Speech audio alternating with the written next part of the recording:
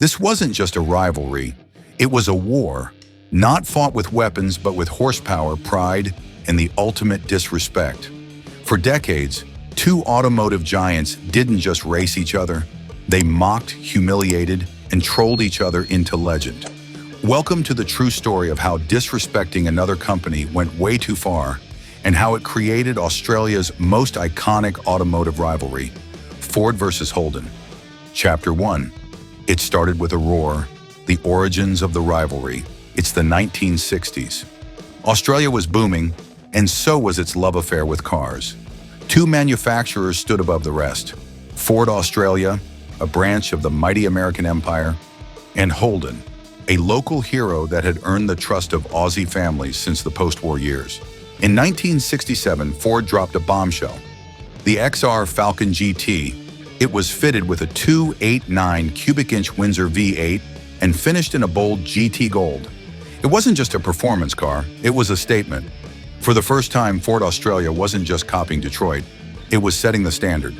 Holden fired back a year later with the HK Monaro GTS 327, a sleek, muscular coupe that looked like it was born to race. It was Australia's answer to the muscle car craze sweeping the world. Bathurst quickly became the proving ground. The win on Sunday, sell on Monday mantra ruled. Each October, the best of Ford and Holden would collide in a battle for national supremacy at Mount Panorama. Chapter 2. Holden's savage marketing strikes. Holden didn't just compete on the track. They went for the jugular in ads. A lion drives a Holden. A lamb drives a Ford. That one ad flipped the script. Suddenly, driving a Ford wasn't just a personal choice. It was seen as soft, timid, even weak. The ad campaign wasn't subtle. Holden used its lion badge as a metaphor, not just for strength, but for dominance. Ford, by contrast, was painted as prey. The Kingswood versus Falcon battle also played out through sharp advertising. Holden commercials portrayed the Kingswood as the sensible, tough family car, reliable, safe, and distinctly Australian, while poking fun at the over-the-top Falcon. Then came the 1980s and Holden had a new weapon, the Commodore. Sleek, European-inspired, and efficient, it was marketed as the car of the future. Holden mocked Ford's Falcon as a dinosaur. Too big, too thirsty, too old school. It was clear. Holden wasn't just selling cars, they were selling identity, and attacking Ford became part of their brand strategy. Chapter 3. Ford's Revenge. Speed and subtle shade. Ford didn't sit quietly. They answered not with words, but with raw performance. In 1971, the world met the Falcon GT HO Phase 3, a beast powered by a 351 Cleveland V8, officially capable of over 140 miles per hour straight from the factory. It became the fastest four-door production car in the world at the time. The message was loud and clear. Ford wasn't backing down. Ford's marketing team took a more subtle but cutting approach. In TV spots, they showed Falcons easily overtaking nameless other cars on winding mountain roads. Everyone knew who they meant: Holden. One dealer in Sydney went even further. He parked a brand new Falcon GT right outside a Holden dealership with a simple sign: "Ask us about trade-ins." The stunt worked. 3 Holdens were traded that same day. It wasn't just disrespect, it was psychological warfare, and it worked. Chapter 4. The Bathurst Wars. A battlefield of beasts. While the marketing teams battled on TV, the real blood was spilled at Bathurst. Every October, Mount Panorama turned into a war zone. The stakes were more than just trophies. They were cultural bragging rights. Holden had Peter Brock, the golden boy from Hurstbridge, known as Peter Perfect. Ford had Alan Moffat, the cool, calculating Canadian-turned-Aussie, who lived and breathed performance. 1971, Moffat wins Bathurst in the Phase 3 Falcon.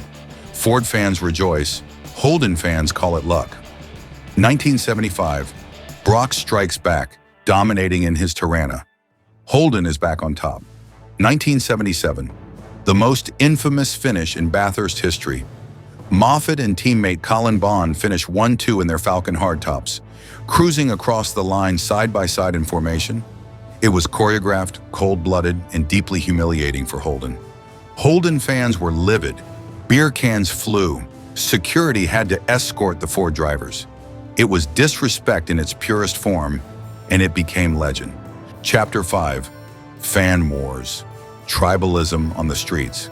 This rivalry wasn't just between companies. It infected the entire nation. Families were divided.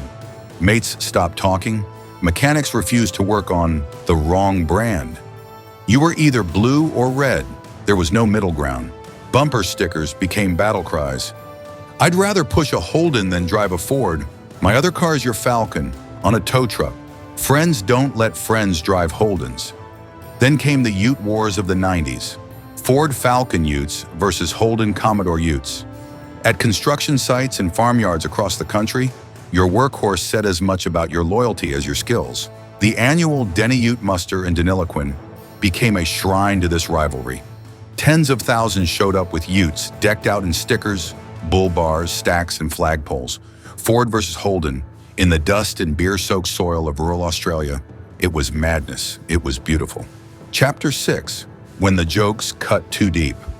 Some of the trolling got personal. Ford once ran an ad with a Falcon overtaking another car in the line, "Why follow when you can lead?"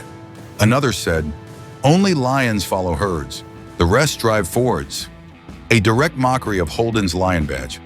Not to be outdone, Holden fans took things further.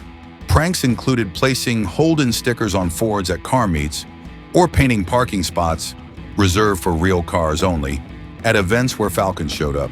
Online forums were toxic. Fights broke out at swap meets. The rivalry turned from banter into venom. It wasn't always fun anymore. This is when disrespect, meant to entertain, started going too far. Chapter 7. The End of an Era. By the 2000s, the writing was on the wall. Globalization hit Australia hard. SUVs and imports took over. Aussie-made muscle was fading. 2013, Ford announces the end of local manufacturing. The Falcon is to be retired. 2020, General Motors kills off Holden entirely. The Commodore nameplate is gone. The Lion, once the pride of Australian roads, was now extinct. It was a dark day. Even Ford fans didn't celebrate. The war was over, but it felt like everyone had lost something. Only the Ford Mustang remained, imported and popular. But it didn't feel the same. There were no more red versus blue factory battles, no more V8 supercar wars rooted in homegrown pride. Chapter 8. Legacy, Loyalty, and What Comes Next. Rivalry like this doesn't die. Today, restored Falcon, GTs, and Brock-era Commodores sell for eye-watering sums. YouTube channels, car clubs, and online forums keep the battle alive. At Bathurst, the legacy lives on in the heritage touring cars. Fans still wave the blue oval and lion flags. Fathers pass down their loyalty to sons and daughters. The war lives on, in memory, in metal, and in myth. Conclusion: when disrespect becomes identity. This wasn't just about cars, it was about identity. Holden didn't just roast Ford for fun, they built a brand around it. Ford didn't just clap back with performance, they made it a lifestyle. The disrespect, it worked. It made people choose sides. It created a culture.